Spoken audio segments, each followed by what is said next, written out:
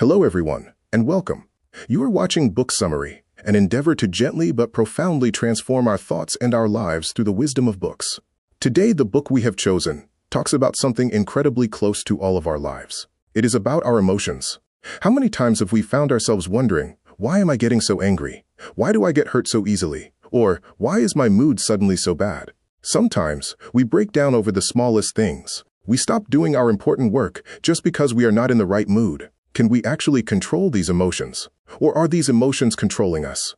A brilliant book that gives a very clear and scientific answer to all these questions is Master Your Emotions. The author is Thibaut Meurisse. The main purpose of this book is not to teach you how to suppress your feelings, but to help you understand them and use them to your advantage. In simple words, this book teaches you how to make your emotions your servant instead of your master. In today's video, we are going to dive deep into understanding why our brain behaves the way it does, why negative thoughts arise, and how to conquer them. This is not just something to listen to and forget. It is a highly practical guide to implement in your daily life. First, we need to understand a fundamental truth. And that truth is, our brain is not designed to keep us happy. It is designed to keep us alive. Yes, you heard that absolutely right. When our ancestors lived in the jungles, safety mattered much more to them than happiness. Is a tiger approaching? Is there a poisonous snake nearby? They were constantly scanning for danger. That very habit of the brain still exists within us today. That is exactly why our brain always pays more attention to negative things.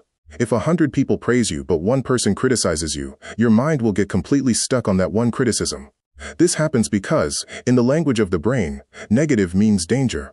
Therefore, if you frequently feel fear or anxiety, it does not mean there is something wrong with you. It simply means your brain is doing its job of protecting you very well. However, we no longer live in the jungle. We don't have tigers chasing us every day. So we have to learn how to consciously step out of this survival mode. One of the most profound lessons the author shares in this book is this: you are not your emotions. This is a very deep concept. For example, look at the sky. Clouds come and go. Does the arrival of dark clouds turn the sky itself black? No. Once the clouds pass, the sky remains as vast and blue as ever. In this analogy, the sky is you, and the clouds are your emotions. But what mistake do we usually make? We grab onto those dark clouds and hang on to them, as if they are a permanent part of us. There is a huge flaw in the very language we use to express ourselves. We often say, I am sad, or I am angry. By speaking this way, you are turning that sadness or anger into your core identity. But the author suggests that from now on, you should stop saying this. Instead, say, I feel sadness, or there is anger in me.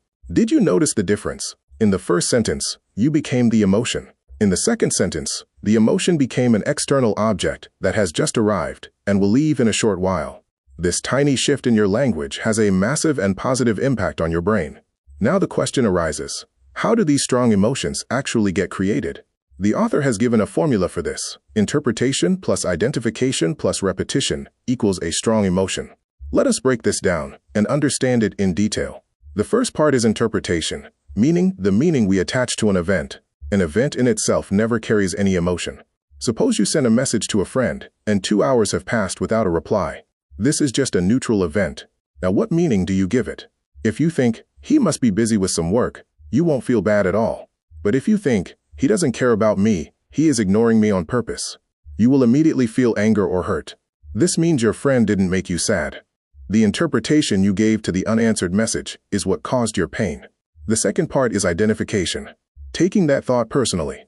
Thinking things like, everyone always treats me this way, my luck is just bad. And attaching the event to your self-worth. The third part is repetition. Playing that same thought over and over again in your head. Why didn't he reply? Why didn't he reply? Spinning the same narrative continuously turns a tiny, passing thought into a massive, day-ruining mood. So what should we do to break out of this cycle? We have to change the story we tell ourselves. We weave a story around every single event that happens in our lives. For example, imagine your boss scolded you at the office. Instantly, a story begins in your mind. The boss hates me. Maybe he is going to fire me. What will happen to me then? How will I pay my rent? How will I survive? Just from one simple scolding, your mind plays an entire tragic movie about your life being ruined. This is called negative storytelling. The author advises us to look only at the facts.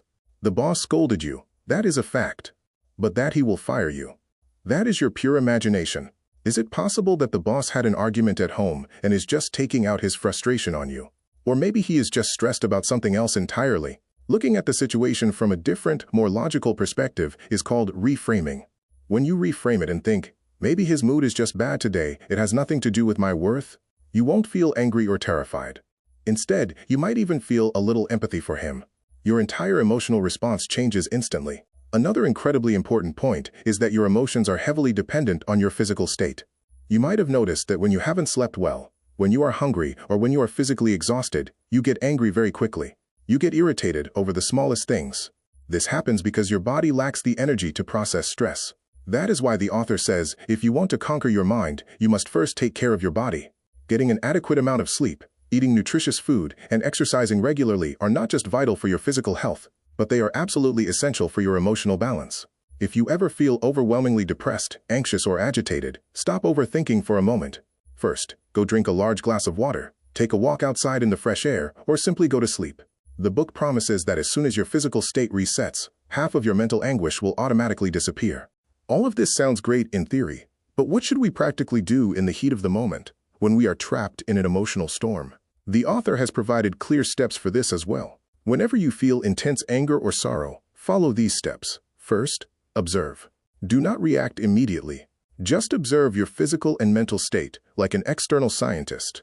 Tell yourself, my heart is beating fast. I am feeling a surge of anger. The moment you start observing yourself, you detach from the emotion.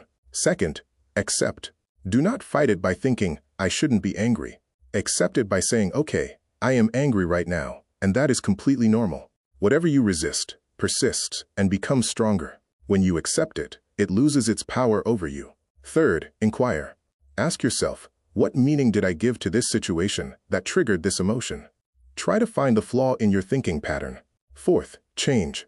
Now actively give the event a new, positive, or neutral meaning, or simply shift your entire focus to something completely different and constructive.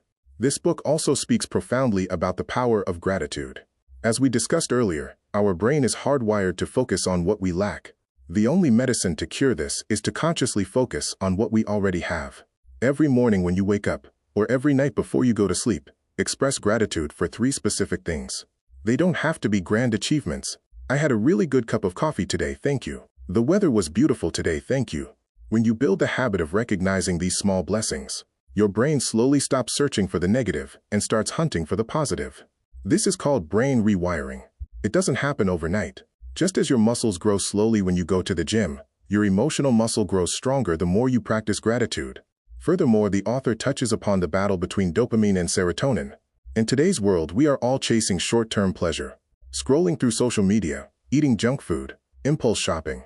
All these activities release dopamine in our brains. This happiness lasts only for a few moments. Shortly after, we feel empty all over again. True emotional mastery, however, means achieving long-term fulfillment.